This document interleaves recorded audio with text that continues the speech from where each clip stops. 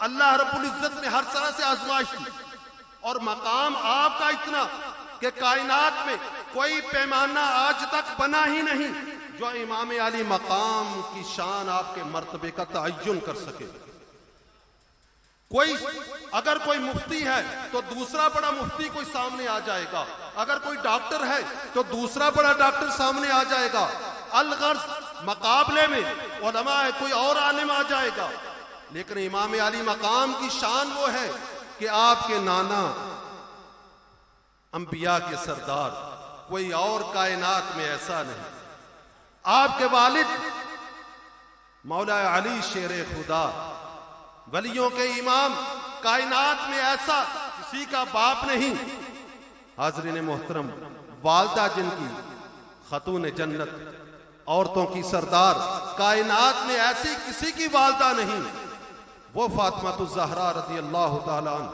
ان کا مقام و مرتبہ یہ کہ قیامت کا دن ہوگا، ندا دینے والا ندا دے گا، لوگوں نظریں نیچی کر لو، حضرت فاطمہ الزہرا کی سواری آ رہی ہے۔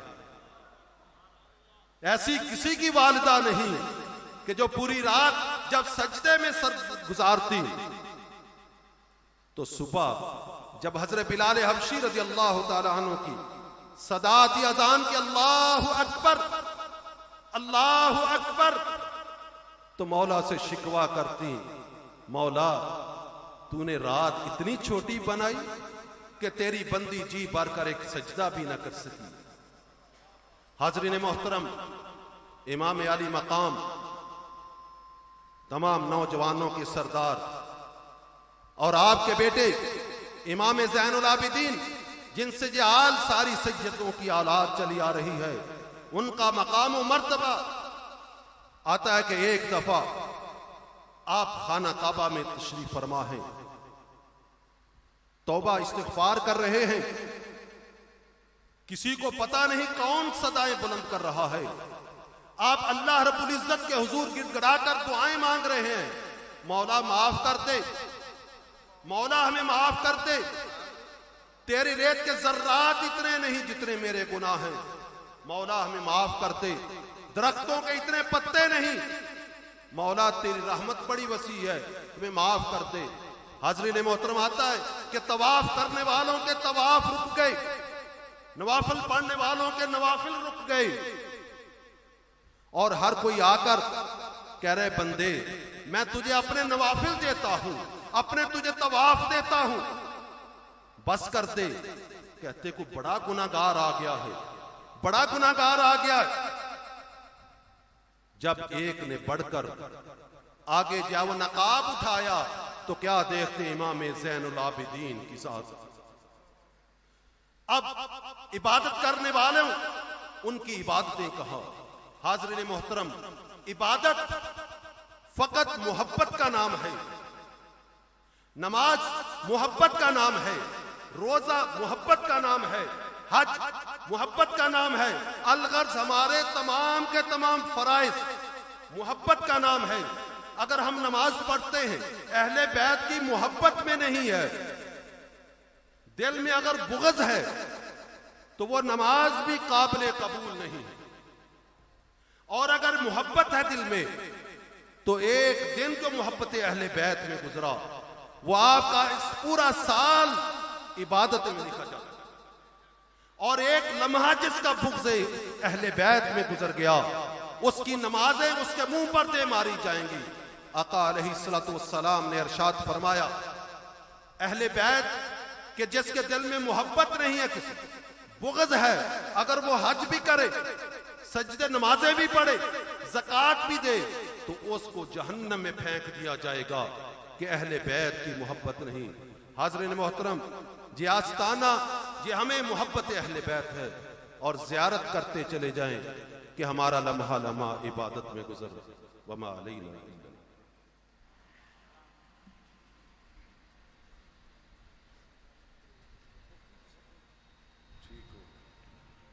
حضرات گرامی، ان میں دعوت خطاب دے رہے ہیں مجاہد اہل سنت، سرمایہ اہل سنت، جانے اہل سنت، پہچانے اہل سنت، نازش اہل سنت، حضرت علامہ مولانا مفتی محمد تصدق حسین ناظم تعلیمات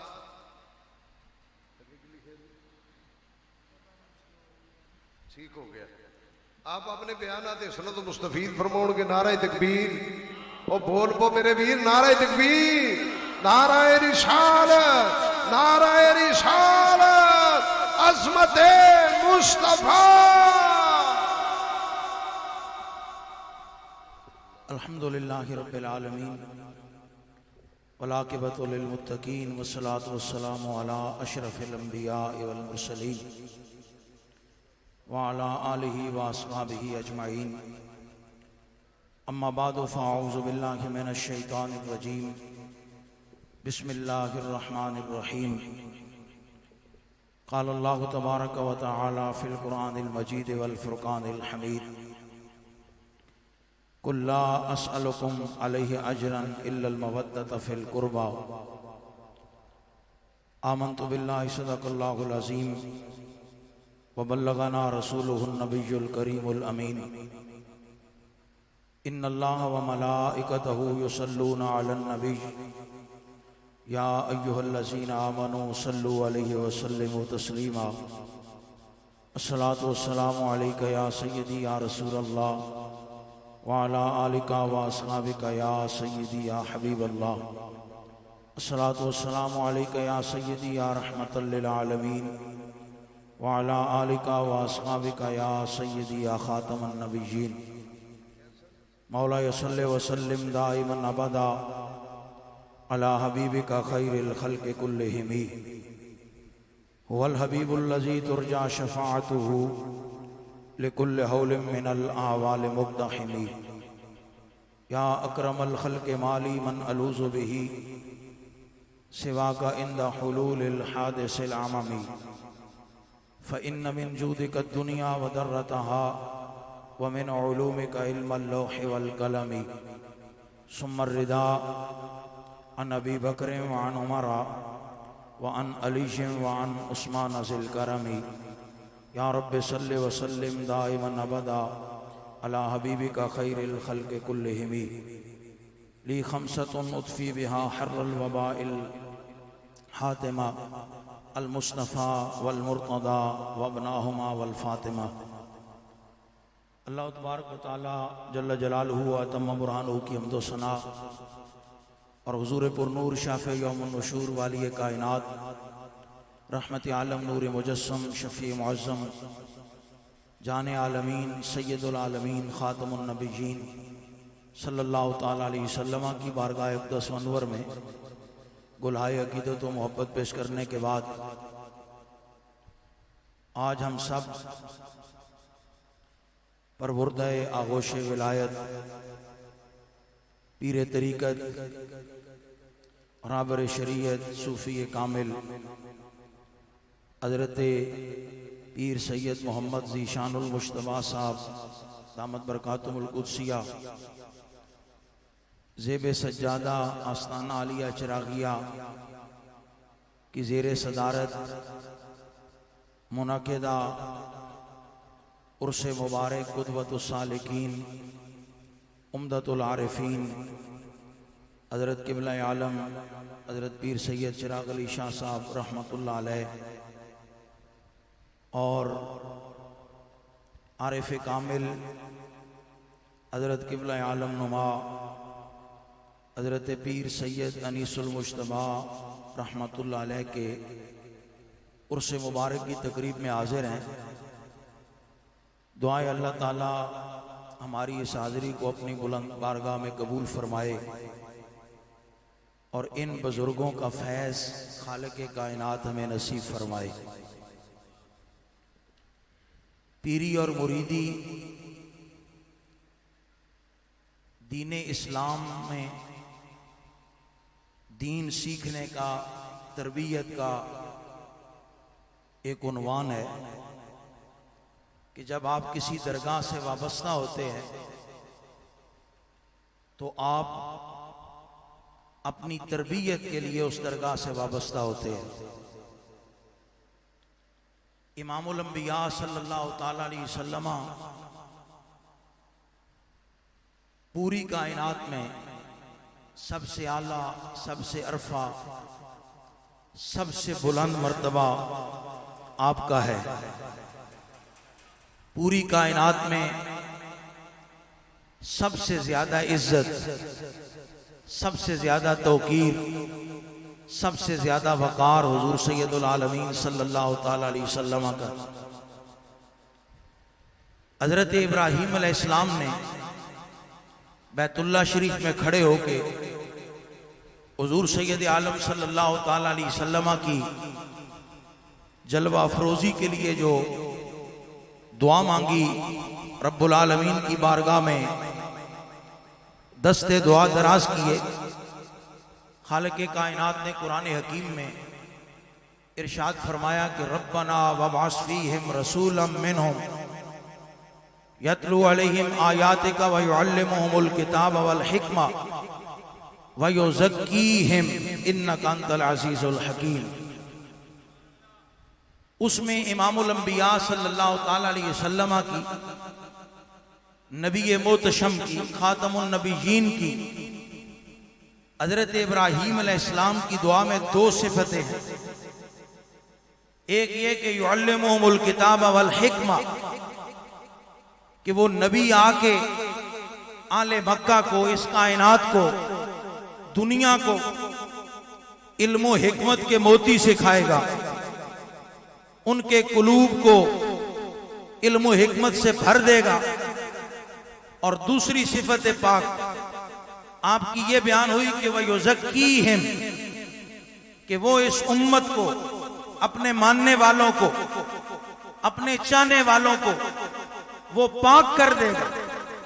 اور علماء، امام الانبیاء صلی اللہ تعالی علیہ وسلم نے فرمایا کہ العلماء ورثۃ الانبیاء، علماء انبیاء کے وارث ہیں۔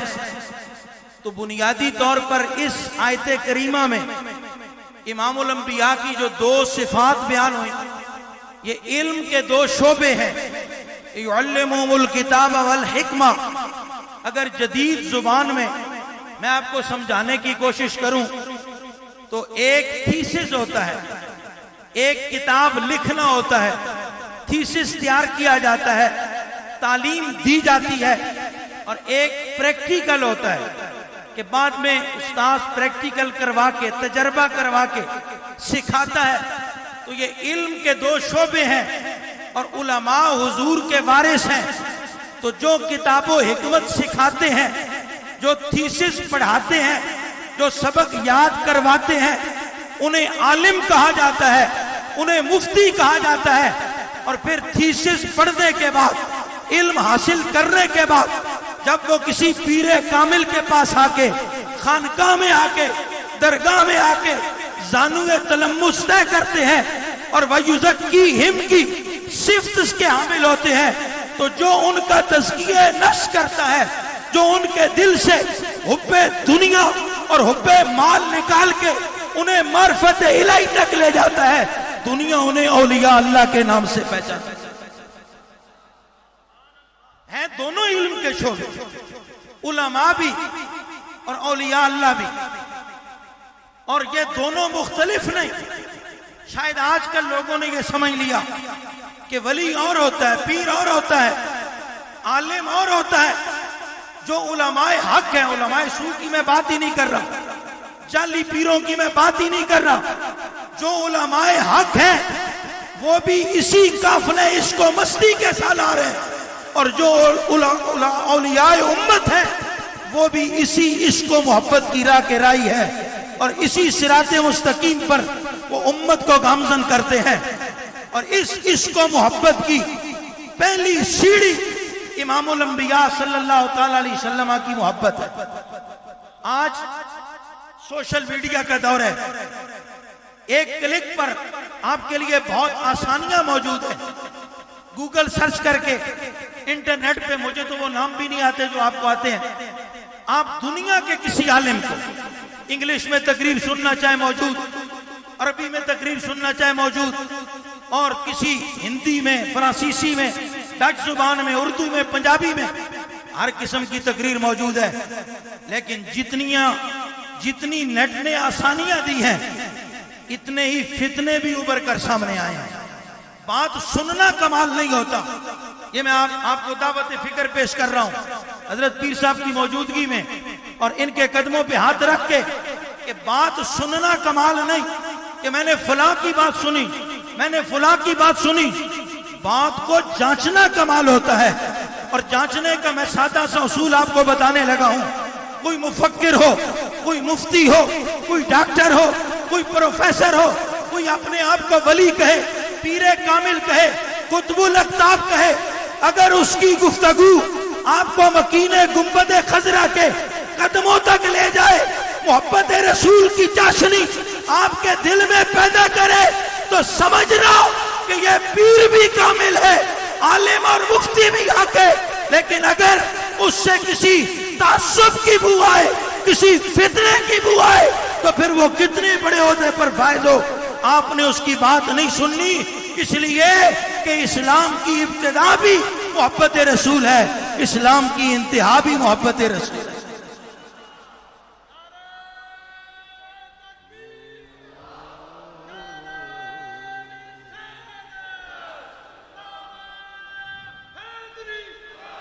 میں بالکل اختصار کی طرف آ رہا ہوں، گفتگو کو سمیٹنا چاہتا ہوں. لوگ آج ہم سے پوچھ رہے ہیں، آج 14ویں صدی میں، 15ویں صدی میں، یا اگر 20ویں صدی کا حساب لگائیں تو 21ویں صدی میں آ کے لوگ اب مقام صدیق اکبر تول رہے ہیں. لوگ آج فیصلہ کرنا چاہتے ہیں کہ عمر بن خطاب کا مقام کیا تھا. لوگ آج ہمیں ترازو لے کے بتانا چاہتے ہیں کہ سیدنا علی المرتضیٰ کس مقام پر تھے، حضرت امام علی مقام. میں پوچھتا ہوں کہ یہ لوگ سارے وہ ہیں کہ جن کی تربیت خود رسول معظم نے فرمائی، جو حضور کی صحبت میں رہے 14 صدیوں کے بعد. آج کے علماء کو، آج کے پیروں کو یہ کس نے حق دیا ہے کہ وہ ترازو لے کے صحابہ اور آل بیت ترازو میں رکھ کے تول کے بتائیں کہ اس کا مقام اتنا ہے اور اس کا اتنا ہے. اہل سنت کا یہ عقیدہ نہیں. خدا کی عزت کی قسم، لا الہ الا اللہ محمد الرسول اللہ. میں مسجد میں کھڑا ہوں، حضرت پیر سید چراغ علی شاہ کا یہ میسج نہیں ہے، حضرت پیر سید انیس المجتبیٰ کا یہ میسج نہیں ہے، حضرت مجدد الفسانی کا یہ میسج نہیں ہے. میں حضرت مجدد الفسانی کی ایک بات سنا کے اس کے بعد آپ کو ایک دلیل دیتا ہوں. حضرت مجدد پاک نے اپنے مکتوبات میں لکھا، فرمایا کہ مجھے خود حضرت امیر معاویہ رضی اللہ تعالیٰ کے بارے میں شرح صدر نہیں تھا، اور میں اپنے آپ کو حضرت مولا علی کے گروپ میں سمجھتا تھا. مجدد پاک، مجدد الفسانی، شیخ احمد سرہندی، سارے نقشبندیوں کے پیر. فرمایا میرا خود، فرماتے ایک رات مجھے حضور کی بارگاہ میں حاضری ہوئی، چاروں خلفاء بھی تھے. فرماتے میں نے جناب صدیق اکبر کی بارگاہ میں حاضری دی، سلام لیا، مصافحہ کیا. جناب سیدنا فاروق اعظم، حضرت عثمان غنی. فرماتے ہیں جب میں نے حضرت مولا علی کی بارگاہ میں، تو ظاہر ہے جس دھڑے کا بندہ ہو، جس گروپ کا ہو، تو چاہت ہوتی ہے نا بھی وہ پیر صاحب، مولوی صاحب، میں ان کی خدمت کرتا ہوں، ان کے ڈنکے بجاتا ہوں، ان کے گن گاتا ہوں، اس دھڑے کا ہوں، تو یہ زیادہ شفقت فرمائے. فرماتے ہیں کہ حضرت مولا علی نے وہ جو توجہ مجھے چاہیے تھی نا، وہ نہیں عنایت فرمائی. فرماتے ہیں میرے دل میں ملال آیا، دل میں نے سوچا کہ میں تو ان کا مرید ہوں، میں تو اس گروپ کا آدمی ہوں. فرماتے ہیں جب اس بارگاہ سے رخصت ملی اور میں نے دوبارہ مصافحہ کیا، تو جب میں نے حضرت مولا علی کے دستبوسی کی، تو حضرت مولا کائنات نے فرمایا، شیخ احمد، جب میں نے اور امیر معاویہ نے صلح کر لی، حضور نے فیصلہ فرما دیا، تو پھر تو دل میں امیر معاویہ کے متعلق کیوں ملال رکھتا ہے؟ تو جب حضرت مجدد پاک نے فیصلہ کیا، حضرت پیر سید چراغ علی شاہ صاحب نے آخری بات سنے. آپ نے جانور دیکھے ہیں، جانور، گائے، بکری، بھینس، کتنی قیمت ہے جانور؟ ویسے تو بہت مہنگے ہیں، لیکن انسان کے مقابلے میں جانور کی کوئی قیمت ہے؟ یہ میں صحابہ اور آل بیت کا مقام آپ کو بتانے لگا ہوں. یہ جو لوگ آج کل ترازو لے کے، تکڑی لے کے کھڑے ہیں نا، کس کا مقام زیادہ ہے، ہم کس گروپ میں، ہم کس گروپ. لیکن تمہیں کس نے اجازت دی بھائی کہ تم آج گروپ بناتے پھرو؟ جب رب نے فیصلہ فرما دیا دونوں کے لیے انما یرید اللہ لیذهب عنکم الرجس اہل البیت ویطہرکم تطہیرا اذ یغشیکم النعاس امنۃ وینزل لکم من السماء ماء ویطہرکم. صحابہ کے لیے بھی یہی کہ میں نے تمہیں پاک کر دیا اس لیے کہ تم میرے محبوب کے ساتھی ہو. اہل بیت کے لیے بھی یہی کہ میں نے تمہیں پاک کر دیا کہ تم میرے محبوب کی آل ہو. اور سید ہوتا ہی وہ ہے. پیر ذیشان صاحب سید ہیں نا, پیر سید چراغ علی شاہ صاحب سید ہیں, پیر انیس المجتبیٰ صاحب سید ہیں. تو سیدوں کی پہچان بھی کرو اور سیدوں کو بھی تم سوچو. سید ہوتا ہی وہ ہے کہ جو اولاد مولا علی کی ہو, امام ابو بکر کو مانے ہیں. یہ سید نسبی یہ فضیلت بھی ہے. اور سلسلہ طریقت میں نقش بندی ہے. صدیق اکبر کے مرید ہے. جو بات میں کر رہا تھا, جانور کی کتنی قیمت ہوتی ہے؟ لاکھ روپے. بکری بکرے کوئی قیمت نہیں. اس دور میں لاکھ روپے چلے پھر بھی 50,000 لاکھ کوئی قیمت ہے.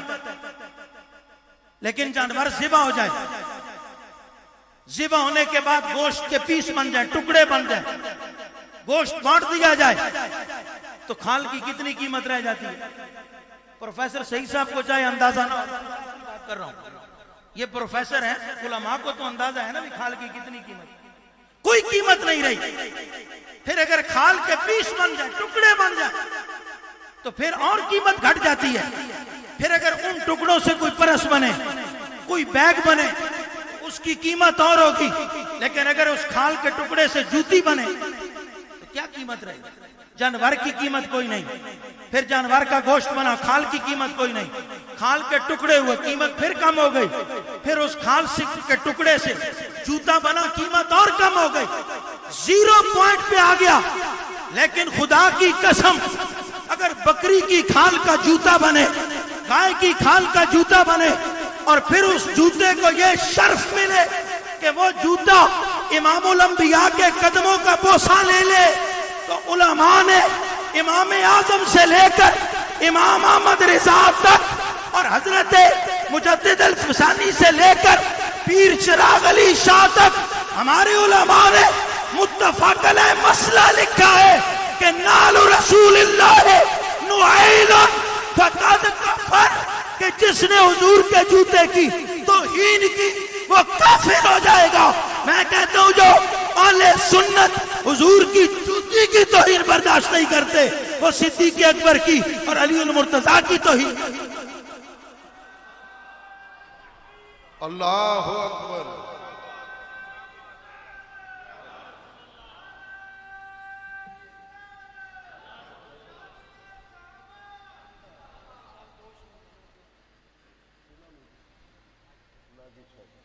حضرات اکرامی سرکار دی بارگاہ گلہائے عقیدت پیش کرنے واسطے کیسے ثنا خانوں میں دعوت سخن دین والا جڑا بہت سارے ثنا خانوں دا استاد ہے, بڑے کاریاں دا بھی استاد ہے. میری مراد ثنا خان مصطفیٰ جناب محترم عزت مآب جناب شہزاد احمد ناگی صاحب سرکار دی بارگاہ گلہائے عقیدت پیش کرنے کے سارے دروز شی پڑھ لو. صلی اللہ علیہ صلی اللہ علیہ یا رسول اللہ وسلم علیہ یا حبیب اللہ.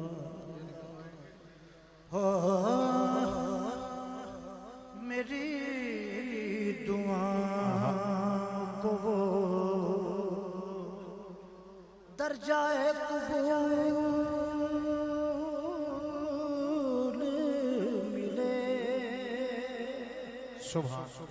میری دعا کو وہ درجہ قبول ملے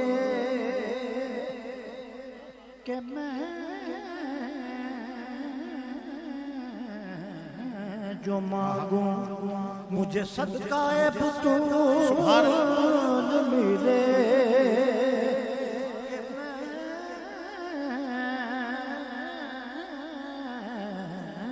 جو مانگو مجھے صدقہ بطول ملے سر جھکا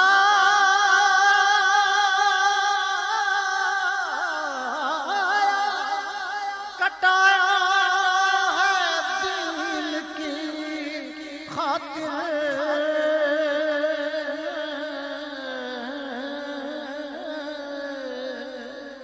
نہ سر جھکایا کٹایا ہے دین کی خاطر حسین پاک کو نانا کے وہ اصول ملے حسین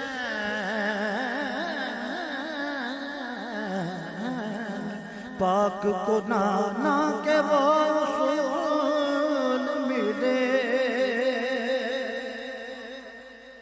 اور کرم خدا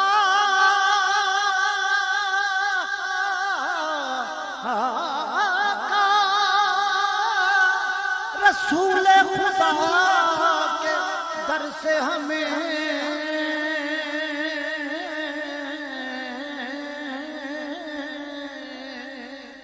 کرم خدا کا رسول خدا کے در سے ہمیں قرآن حسن و حسین و علی بطول ملے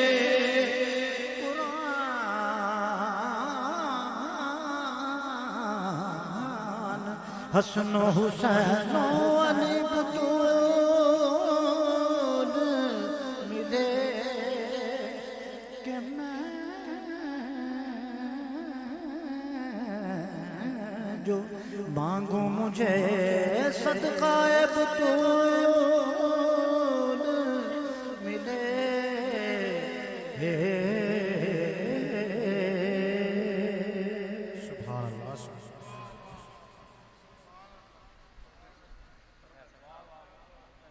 حضرات گرامی ہن میں دعوت خطاب دین والا ایک ایسی شخصیت کے جڑے کسی تعارف دے محتاج نہیں جدوں بھی اپنے گھراں وچ ٹیلی ویژن نوں سویرے سویرے آن کردے ہو تے غازی نذیر غازی صاحب دا پروگرام ایک گھنٹے دا ہوندا ہے ایک شخصیت نو اتنے لیکچر دیندے ویکھیا تے میں بھی ویکھیا تساں بھی سارے ویکھیا میری مراد جناب محترم عزت امام جناب حضرت علامہ مولانا ڈاکٹر پروفیسر محمد سعید احمد سعیدی صاحب تشریف لیا کے اپنے بیانات اسناد مستفید فرماؤں کے نعرہ تکبیر بولیا کرو میرے ویر نعرہ تکبیر نعرہ رسالت نعرہ رسالت نعرہ رسالت عظمت مصطفیٰ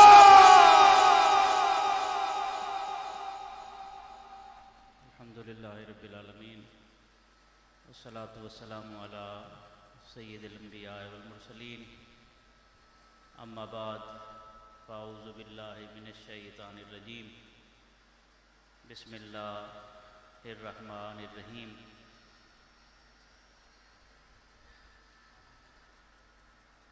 گرامی مرتبت زیب مسند صدارت صاحبزادہ والا شان جناب ذیشان المجتبیٰ صاحب زیدہ مجدہ حضرات علماء کرام ثناخانان گرامی برادران طریقت و نسبت خواتین و حضرات السلام علیکم ورحمۃ اللہ وبرکاتہ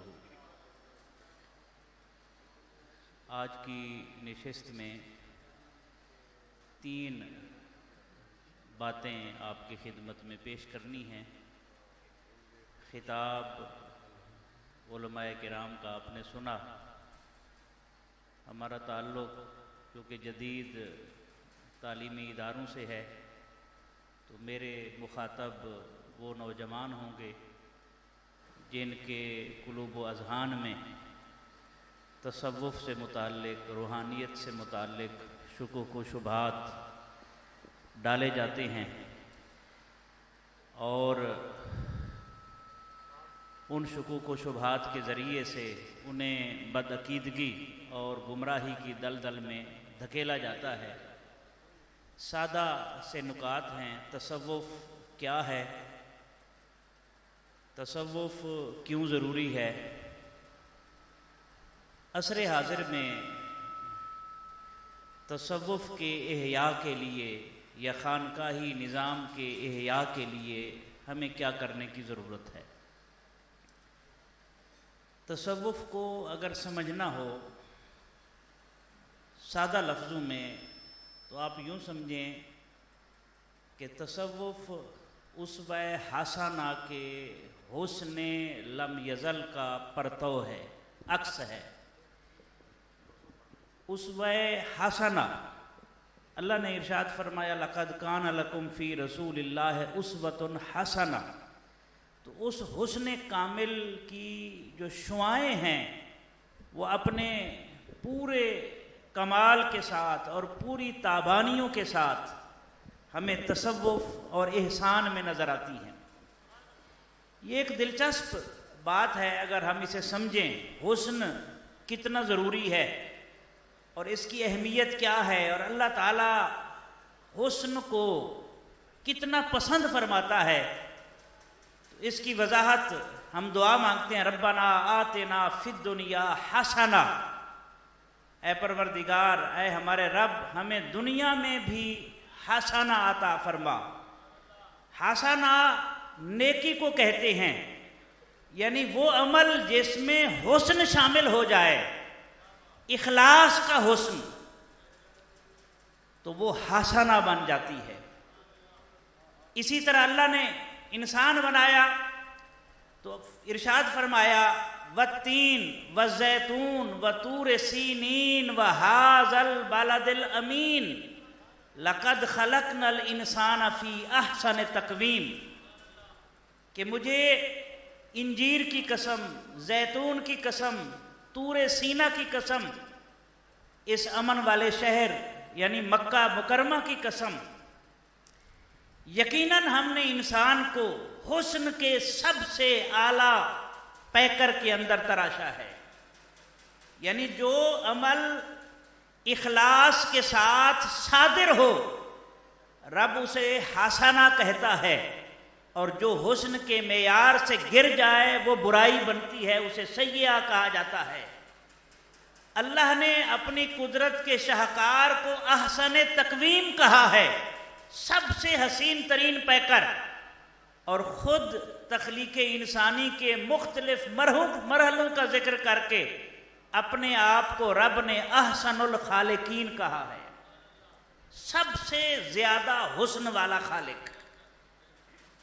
اور یہ انسان کو بنایا کیوں اللہ تعالیٰ نے؟ الذی خلق الموت والحیات لیبلوکم ایکم احسن عملا، اللہ نے موت اور زندگی اس لیے بنائی ہے، پیدا کی ہے کہ وہ دیکھنا چاہتا ہے، تمہیں آزمانا چاہتا ہے کہ عمل کے حسن کے اعتبار سے تم میں سے سب سے آگے کون ہے۔ تو یہ ایک حسن کا لفظ قرآن پاک میں بار بار استعمال ہوا ہے۔ ایون دین کی جو دعوت دی جاتی ہے وہاں پر بھی اللہ تعالیٰ نے ارشاد فرمایا ادعو الی سبیل ربک بالحکمت والموعظۃ الحسنہ وجادلہم باللتی ہی احسن، دین کی طرف بلانا ہے تو دانائی کے ساتھ بلاؤ، حسن والی نصیحت کے ساتھ بلاؤ، اور جب کسی کے ساتھ بحث کرنی پڑ جائے تو وہ حسن کے سب سے اعلیٰ معیار پر پوری اترنی چاہیے۔ تو یہ ایک ایسا وصف ہے لفظ حسن جس کو اللہ نے ہمارے سامنے رکھا، اور اگر کوئی برائی کرے تو حکم دیا ادفع باللتی ہی احسن، اگر آپ کے ساتھ کوئی برائی کرتا ہے تو اسے حسن والے طریقے سے ٹال دو، دور کر دو اپنے آپ سے۔ اب یہ بات سمجھنے کے بعد میں حدیث جبریل کی طرف آپ کو لے کر جانا چاہتا ہوں، جس میں تصوف کو احسان کہا گیا ہے۔ جبریل امین رسالت مآب صلی اللہ علیہ وسلم کی خدمت میں حاضر ہوتے ہیں، 3 سوال پوچھتے ہیں، اسلام کیا ہے، ایمان کیا ہے، احسان کیا ہے۔ اسلام کا سوال ہوا، ارکان اسلام رسالت مآب صلی اللہ علیہ وسلم نے بیان فرما دیے۔ ایمان کا سوال ہوا، عقائد اسلامیہ بیان فرما دیے، اور جب احسان کا سوال ہوا تو احوال بیان فرمائے کہ احسان یہ ہے کہ تو اپنے رب کی عبادت اس طرح کرے گویا کہ تو اسے دیکھ رہا ہے۔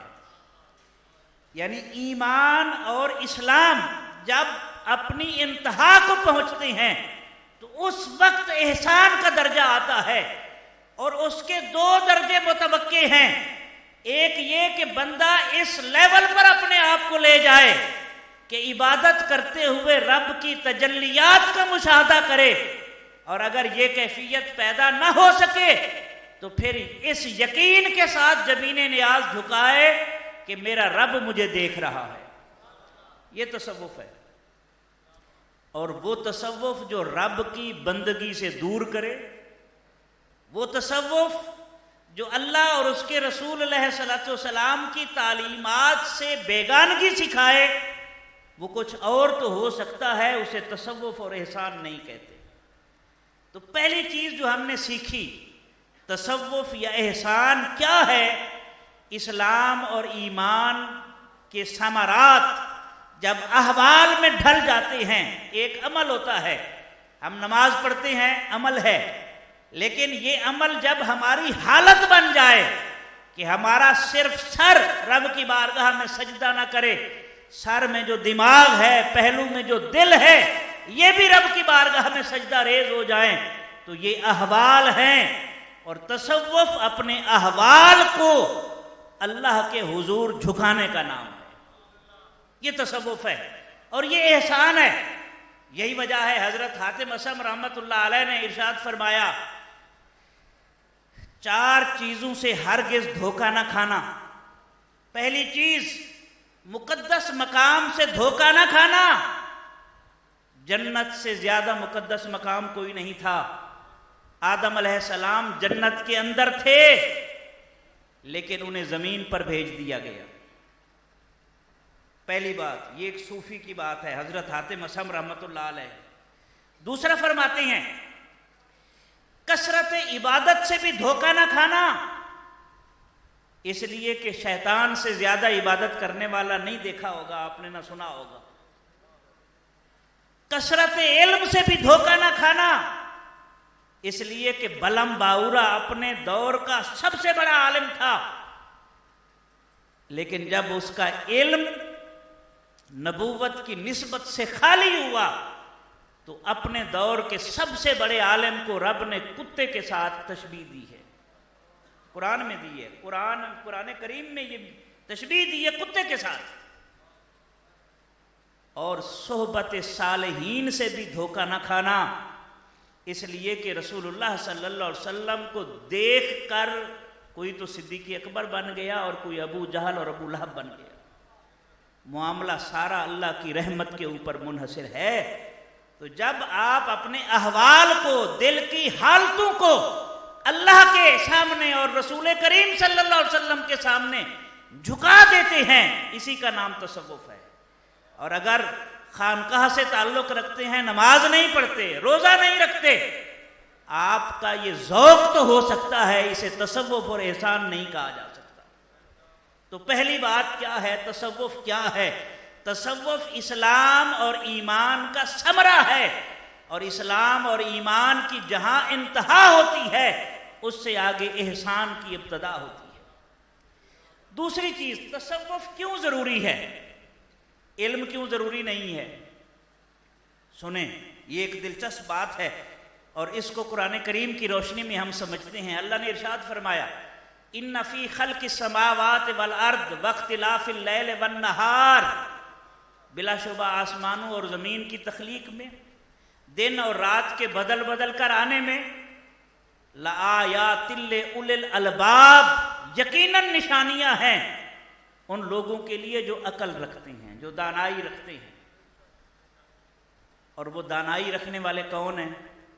الذین یذکرون اللہ قیاما وقعودا وعلی جنوبہم، جو کھڑے ہیں تو ان کے دل اللہ کی یاد سے غافل نہیں ہوتے، بیٹھے ہیں تو اللہ کی یاد سے غافل نہیں ہیں، لیٹے ہوئے اپنے بستر پر پھر بھی اللہ کے ذکر سے یاد سے غافل نہیں ہیں۔ آگے کیا فرمایا؟ وَيَتَفَكَّرُونَ فِي خَلْقِ السَّمَاوَاتِ وَالْأَرْضِ، اور علم کے بعد ذکر، ذکر کے بعد فکر ہے کہ وہ آسمانوں اور زمین کی تخلیق میں غور و فکر کرتے ہیں۔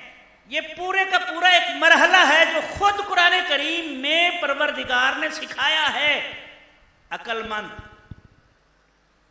مند وہ ہوگا جس کے دل میں رب کی یاد ہوگی، جس کے دل میں رب کی یاد نہیں ہے وہ عقل مند نہیں ہے۔ حضرت پیر سیال رحمت اللہ علیہ کے پاس آپ کی صحت مبارکہ ناساز تھی، ایک ارادت مند آیا، اس وقت تقسیم ہند نہیں ہوئی تھی، پاکستان نہیں بنا تھا، اور اس نے کہا حضرت فلاں جو ہندو حکیم ہے وہ بڑا سیانہ ہے، بڑا دانا ہے، بڑا عقل مند ہے، آپ اس سے علاج کروائیں۔ آپ نے سنا، اس نے پھر کہا، آپ نے پھر سنا، اس نے پھر کہا، مرید تھا، محبت تھی مرشد سے، آپ نے پھر سنا، جب اس نے بار بار کہا وہ بڑا سیانہ ہے، بڑا عقل مند ہے، بڑا دانا ہے، تو آپ نے فرمایا اگر وہ سیانہ ہوتا تو رب کو ایک نہ مان لیتا۔ یہ نعرہ تصور ہے۔ تکبیر، نعرہ رسالت، نعرہ رسالت، نعرہ تحقیق، عظمت مصطفیٰ، عظمت اولیاء، علماء اہل سنت۔ عقل اسے ملتی ہے جس کے دل میں اللہ کی یاد ہوتی ہے، اس کی دانائی انسانیت کے لیے نفع بخش ہو جاتی ہے، ورنہ خود حضور علیہ السلام ساری زندگی پناہ مانگتے رہے، اللہم انی اعوذ بک من علم لا ینفع، اے پروردگار میں ایسے علم سے پناہ مانگتا ہوں جو نفع بخش نہ ہو۔ اور قرآن کریم میں اللہ نے یہ نہیں فرمایا فَاسْأَلُوا اہل العلم ان کنتم لا تعلمون، اہل علم سے پوچھو اگر تمہیں معلوم نہیں ہے، نہیں، بلکہ کیا فرمایا فَاسْأَلُوا اہل الذکر ان کنتم لا تعلمون، اہل ذکر سے پوچھو جن کے دل میں رب کی یاد ہے، ان سے پوچھو اگر تمہیں اس ذات کا علم نہیں ہے۔ اس سے ہمیں کیا سبق ملا؟ وہ علم جو ذکر کے سائبان میں پروان نہیں چڑھتا، وہ علم نفع بخش نہیں ہوتا، وہ فتویٰ باز ہوتا ہے، فتنہ پرور ہوتا ہے، فساد انگیز ہوتا ہے۔ اور ہم سارے مل کر آپس میں ایک دوسرے کو تو کافر بناتے تھے، اب تو نوبت یہاں تک پہنچی ہے کہ صحابہ کرام اور اہل بیت اطہار بھی محفوظ نہیں رہے۔ یہ ہمارا علم ہے، یہ ذکر کے سائبان سے جدا ہو گیا۔ اور رب کیا فرماتا ہے؟ انما یخشی اللہ من عبادہ العلماء، جو علماء ہوتے ہیں صاحبان علم، ان کے دل میں رب کی خشیت ہوتی ہے، دل میں۔ اور خشیت کیا ہوتی ہے؟ ایک خوف ہے، ایک خشیت ہے۔ خوف ڈنڈے کی وجہ سے ہوتا ہے، خشیت حیا کی وجہ سے ہوتی ہے۔ اور جب حیا رخصت ہو جائے تو پھر اتنی بڑی شخصیات پر ہاتھ ڈالنے میں بھی کوئی سوچنے کی زحمت نہیں ہوتی۔ ہمارے لیے یہ الویہ ہے، اس وقت سوچنے کی ضرورت ہے۔ اللہ نے اس لیے کیا فرمایا؟ فَاسْأَلُوا اہل ذکر ان کنتم لا تعلمون، اپنے علم کو ذکر کے سائبان میں پروان چڑھائیں تاکہ یہ نفع بخش ہو جائے۔ تیسری اور آخری بات، ہمیں اس وقت کیا کرنے کی ضرورت ہے؟ جو تصوف کو ماننے والے ہیں، جو تصوف سے تعلق رکھتی ہے، جب حملے ہوتے ہیں اور تصوف احسان جو دین کا حاصل ہے اسے اسلام کا متوازی دین قرار دیا جاتا ہے، تو یقیناً ضرورت ہے اس بات کی کہ ہمیں اس طرف توجہ دینی چاہیے، سمجھنا چاہیے تصوف کیا ہے۔ حضرت جنید بغدادی رحمت اللہ علیہ نے فرمایا ایک ہاتھ میں قرآن اور دوسرے میں سنت، یہ تصوف ہے۔ اور اگر قرآن و سنت سے ناطہ کٹ جائے تو وہ تصوف نہیں ہے۔ اور ہم جس خانقاہ پر بیٹھے ہوئے ہیں سلسلہ نقش بندیہ کی خانقاہ ہے، اور مجھے یاد آتا ہے حضرت امیر کلال رحمت اللہ علیہ کی خانقاہ میں شاہ نقش بند حاضر ہوئے، تربیت کے مراحل سے گزر رہے تھے. اب مرشد بہت محبت کرتے تھے. جو باقی مرید تھے ان میں حسد پیدا ہوا. آپ نے محسوس کیا کہ یہ حسد کا شکار ہوئے ہیں. ایک دن آزمائش سے گزار کر ان کو بتایا کہ مرشد کی صحبت اور ارادت ہوتی کیا ہے. کیا کیا؟ اچانک بیٹھے بیٹھے جناب امیر کلال رحمت اللہ علیہ نے حکم دیا کہ بہاؤالدین نقشبند کو میری خانقاہ سے باہر پھینک دو. جو حسد کرنے والے تھے انہوں نے اٹھایا فٹافٹ اور خانقاہ کے دروازے کے باہر پھینک دیا. شام کا وقت تھا، رات ہوئی، دروازہ بند ہو گیا. حضرت بہاؤالدین نقشبند پریشان تھے. سارے دن کے حالات کا جائزہ لیا کہ مجھ سے کیا خطا سرزد ہوئی ہے، کیا جرم ہوا ہے جس کی مجھے سزا ملی ہے، تاکہ میں اللہ کی بارگاہ میں استغفار کروں. سوچتے رہے، کچھ سمجھ نہ آئی. جب کچھ سمجھ نہ آیا تو پھر آپ نے اپنا سر اپنے مرشد کی خانقاہ کی دہلیز پر رکھا اور رونا شروع کر دیا اور صبح تک روتے رہے. جب صبح ہوئی جناب امیر کلال رحمت اللہ علیہ خود دروازہ کھولا. انہوں نے دیکھا بہاؤالدین نقشبند دہلیز پر سر رکھے رو رہے ہیں. دونوں بازوؤں سے اٹھایا، سینے سے لگایا اور فرمایا بہاؤالدین سے کوئی غلطی نہیں ہوئی تھی.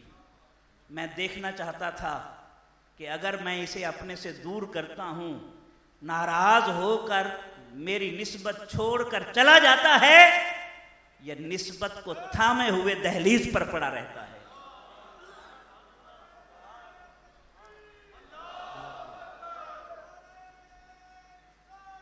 یا رسول اللہ صلی اللہ علیہ وسلم، یا رسول اللہ صلی اللہ علیہ وسلم.